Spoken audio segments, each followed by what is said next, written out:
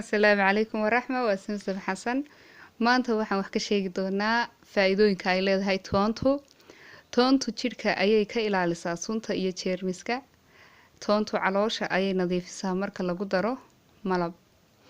Toontu dhiig karka ayay u fiican tahay iyadoo dejisa. Toontu kaadida ayay socodsiisaa waxaanay furtaa wadooyinka ay marto kaadidu. Toontu hargabka way ka hortagtaa. Toontu calool xanuunka daawo ayay u tahay. Toontu qufaca way joojisaa.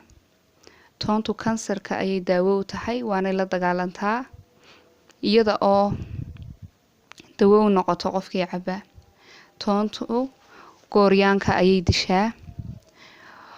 Toontu carada qofka ku dhacda way yareysaa. Toontu maskaxda ayay u fiican tahay oo xafidaada qofku markuu xafidayo way u kordhisaa. Toontu ciridka iyo ilkaha way xoojisaa. Toontu madax xanuunkana waa u dawo. Assalaamu calaykum waraxmatullaah.